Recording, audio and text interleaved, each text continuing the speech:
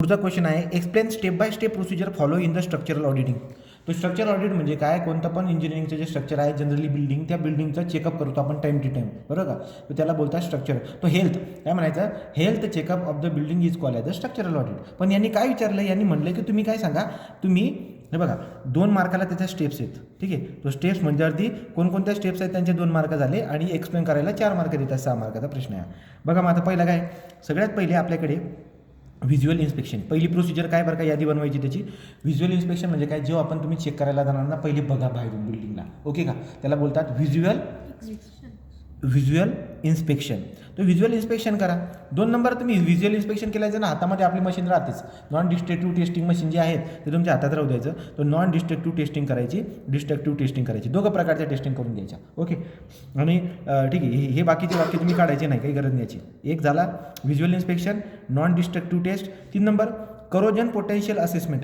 याचा अर्थ असा झाला की तुम्ही जेव्हा बिल्डिंगला बघतायत का, त्या बिल्डिंगवरती सळ्या बिड्या तर नाही दिसत आहेत बाहेर, की त्या सळ्यांना ते करोजन तर नाही झालेलं, ते गंजून तर नाही गेलेले, ते पण तुम्हाला बघावं लागेल. VNC visual inspection, non destructive and destructive test, corrosion potential assessment, homogeneity and integrity, core testing. पुढे काय आता, ओव्हरलोड टेस्टिंग. कोणती, ओव्हरलोड. तर हे त्याची क्रमशीर हे जे काय आहेत त्याच्या टेस्ट आहेत, एक एक करून आपण बघूया. काय काय बोललो मी,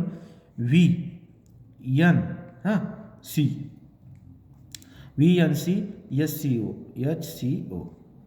याला बनवता येईल, याचं पण नाव एक बनवता येईल आपल्याला, बरोबर. पण ठीक आहे, क्रमाने जे गेलेलं बरं आहे. Visual inspection, non destructive testing, corrosion potential assessment, आणि नंतर आहे H म्हणजे होमोजिनिटी अँड इंटिग्रिटी असेसमेंट. शब्द असेसमेंट सेम राहू द्या, okay. Homogeneity and integrity assessment, core testing आणि ओव्हरलोड टेस्टिंग. पुढचं काय, core testing, overload testing, okay. तो बघा व्हिज्युअल इन्स्पेक्शन 2 नंबर काय बोललो तुम्हाला, व्हिज्युअल इन्स्पेक्शन. N म्हणजे काय, नॉन डिस्ट्रक्टिव्ह टेस्टिंग. C म्हणजे करोजन पोटेन्शियल असेसमेंट. H म्हणजे काय, homogeneity and integrity assessment. C म्हणजे कोअर टेस्टिंग आणि O म्हणजे ओव्हरलोड टेस्टिंग. लक्षामध्ये, चलो. मग आता हे झालं. आता एक एक करून आपल्याला ना एक्सप्लेनेशनला पण मार्क आहेत, 4 मार्क आहेत. थोडं लिहून टाकू त्याच्यात. पहिलं काय, व्हिज्युअल इन्स्पेक्शन. जनरल इन्फॉर्मेशन जी भेटते बिल्डिंगची तुम्हाला, ती व्हिज्युअल इन्स्पेक्शन करून भेटते. The general information of the building is carry out with the visual inspection.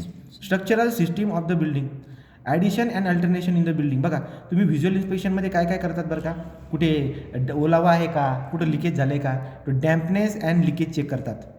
General information of the building भेटते तुम्हाला, ठीक आहे.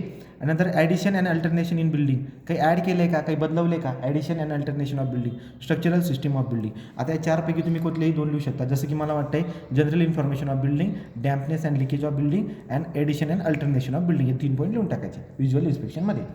पुढचा का, आता नॉन डिस्ट्रक्टिव्ह टेस्ट. आता नॉन डिस्ट्रक्टिव्ह टेस्टमध्ये काय करणार बरं का, तुम्हाला माहिती, it is generally use to find out the property or compressive strength of the structural member without any damages.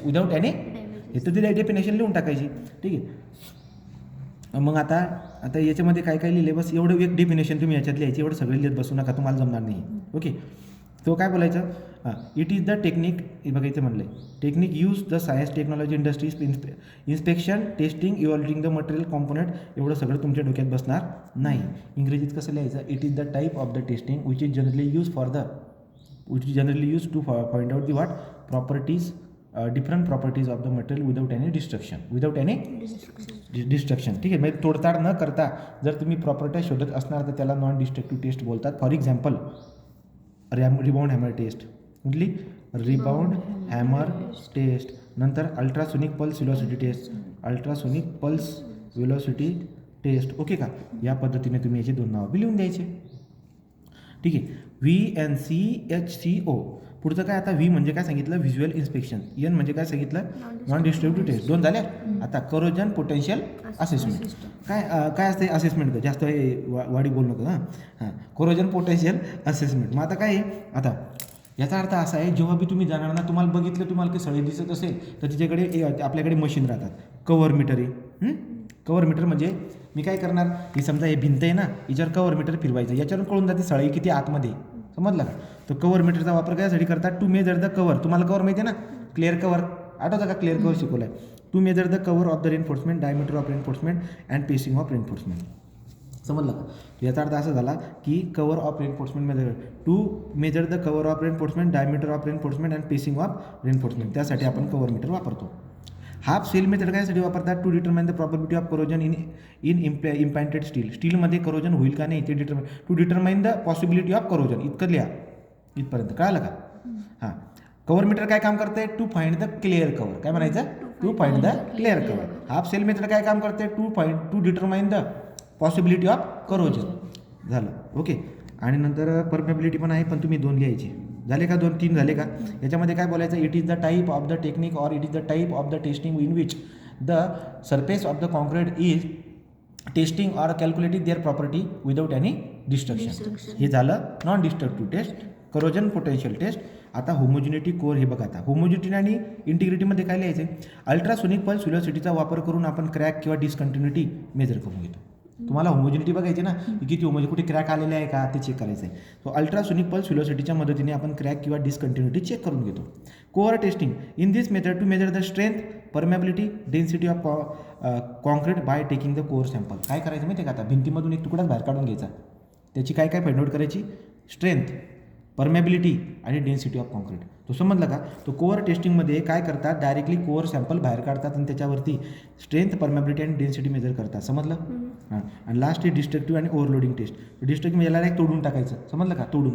In this test load is apply to the component part. त्याच्यावर load apply करायचा आणि to check whether there is variation if no recommendation done special case. ठीक आहे. तर काय म्हणायचं? In this load is applied on the component of part and to find the. किती रुपये लागले बाळा? या पद्धतीने हे आहे. पुन्हा आणली का? हां. इन दिस टेस्ट, या टेस्टमध्ये आपण लोड अप्लाय करत असतो कॉम्पोनेंट पार्टवरती आणि त्याचं व्हेरिएशन चेक करतो. काय करतो? Variation check. अशा पद्धतीने हे आपले काय झाले बरं का? अशा पद्धतीने आपले स्ट्रक्चर ऑडिटचे प्रोसिजर झालेले आहेत. ओके. या पद्धतीने प्रोसिजर झालेले आहे. स्टॉप करू.